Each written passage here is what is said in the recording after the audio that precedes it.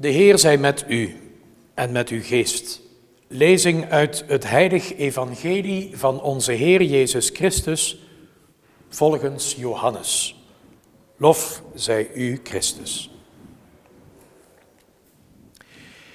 In die tijd kwam Jezus in een stad van Samaria, Sychar genaamd, dicht bij het stuk grond dat Jacob aan zijn zoon Jozef had gegeven. Daar bevond zich de bron van Jacob. En vermoeid van de tocht ging Jezus zomaar bij deze bron zitten. Het was rond het middaguur. Toen een vrouw uit Samaria water kwam putten, zei Jezus tot haar: geef mij te drinken. De leerlingen waren namelijk naar de stad gegaan om levensmiddelen te kopen. De Samaritaanse zei tot hem: hoe kunt gij als Jood nu te drinken vragen aan mij, een Samaritaanse? Joden namelijk onderhouden geen betrekkingen met de Samaritanen. Jezus gaf ten antwoord: als ge enig begrip had van de gave Gods en als ge wist wie het is die u zegt, geef mij te drinken, zoudt ge het aan hem hebben gevraagd en hij zou u levend water hebben gegeven. Daarop zei de vrouw tot hem: Heer, gij hebt niet eens een emmer en de put is diep. Waar haalt ge dan dat levende water vandaan? Zijt gij soms groter dan onze vader Jacob, die ons de put gaf en er met zijn zonen en zijn vee uit dronk? Jezus antwoordde haar: iedereen die van dit water drinkt, krijgt weer dorst. Maar wie van het water drinkt dat ik hem geven zal, krijgt in eeuwigheid geen dorst meer. Integendeel, het water dat ik hem zal geven, zal in hem een waterbron worden, opborrelend tot eeuwig leven. Hierop zei de vrouw tot hem: Heer, geef mij van dat water, zodat ik geen dorst meer krijg en niet meer hier moet komen om te putten. Jezus zei haar: ga uw man roepen en kom dan hier terug. Ik heb geen man, zei de vrouw. Jezus zei: dat zegt je terecht, ik heb geen man, want 5 mannen hebt ge gehad en die ge nu hebt is uw man niet. Wat dat betreft hebt ge de waarheid gesproken. Heer, zei de vrouw, ik zie dat gij een profeet zijt. Onze vaderen aanbaden op die berg daar en gij, Joden, zegt dat Jeruzalem de plaats is waar men moet aanbidden. Geloof mij, vrouw, zei Jezus haar, er komt een uur dat gij nog op die berg, nog in Jeruzalem, de Vader zult aanbidden. Gij aanbidt wat gij niet kent. Wij aanbidden wat wij kennen, omdat het heil uit de Joden komt. Maar er zal een uur komen, ja, het is er al, dat de ware aanbidders de Vader zullen aanbidden in geest en waarheid. De Vader toch zoekt mensen die hem zo aanbidden. God is geest.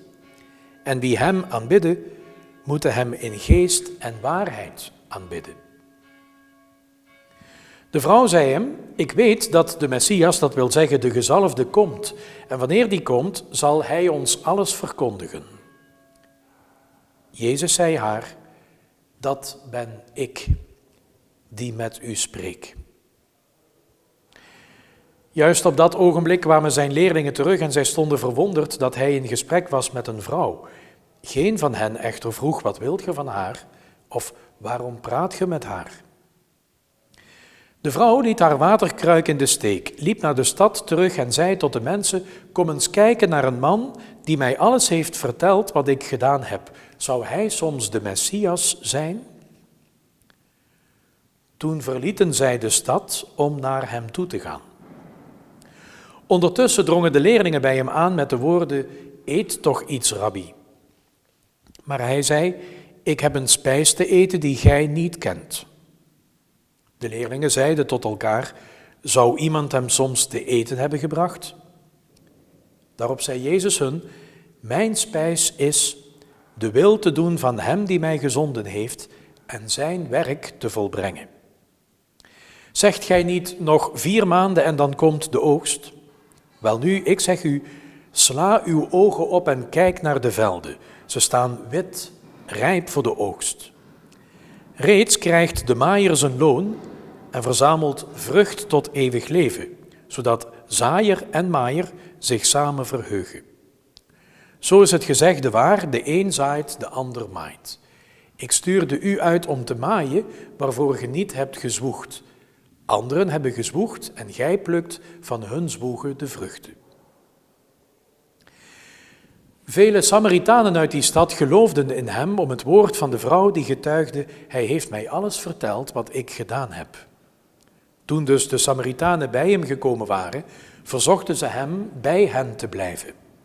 Hij bleef er dan ook nog 2 dagen en door zijn woord kwamen er nog veel meer tot het geloof. En tot de vrouw zeiden ze, niet langer geloven wij om wat gij gezegd hebt, want wij hebben hem zelf gehoord en wij weten dat deze werkelijk de redder van de wereld is. Zo spreekt de Heer. Wij danken God. 12 uur op het heetst van de dag, een uur waarop je normaal binnen blijft of beschutting zoekt. Je gaat er zeker niet op uit om water te putten. Doe je dat wel op dat uur, dan is er iets met je. Ofwel, je hebt hele erge dorst, of je probeert de anderen te ontlopen omdat er iets is, omdat je je schaamt, omdat je eruit ligt. Blijkbaar dus is er iets met die vrouw die uitgerekend op het heetst van de dag komt putten. En dat is ook, blijkt. Haar leven is een puinhoop geworden en echte liefde, ware liefde die blijft, had ze nog niet mogen vinden. Maar die vindt ze vandaag. Want aan die bron ontmoet ze Jezus.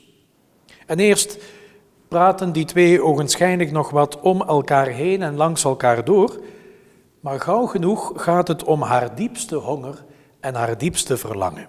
Naar liefde, naar geborgenheid, naar waarachtig leven. Die liefde, die geborgenheid, dat leven schenkt Jezus ons. Althans, hij reikt het ons aan. Want dat we hem geloven en ons door hem laten leiden is enerzijds natuurlijk een genade van Gods wegen, maar het moet ook wel landen en het moet tot leven komen in een ontvankelijk bestaan. Wij horen dit evangelie in deze 40 dagen tijd die ons jaarlijks uitnodigt tot bezinning op ons christen zijn. Is Jezus nou werkelijk de bron waaruit we leven? En wat betekent dat dan? Is Hij het werkelijk door wie we onze diepste dorst laten lessen? Hij reikt het ons aan, maar wij moeten het doen. Dat we net als Jezus zelf zouden leven van ons geloof in God. Mijn spijs is het, zegt hij, de wil te doen van mijn Vader in de hemel. Als Hij werkelijk voor ons, zoals het evangelie eindigt, de redder van de wereld is, de heiland van ons leven, de zin van ons bestaan, als we Hem dat laten zijn, dan mogen we met vertrouwen in deze 40 dagen tijd met Hem op weg gaan naar het Paasfeest. Amen.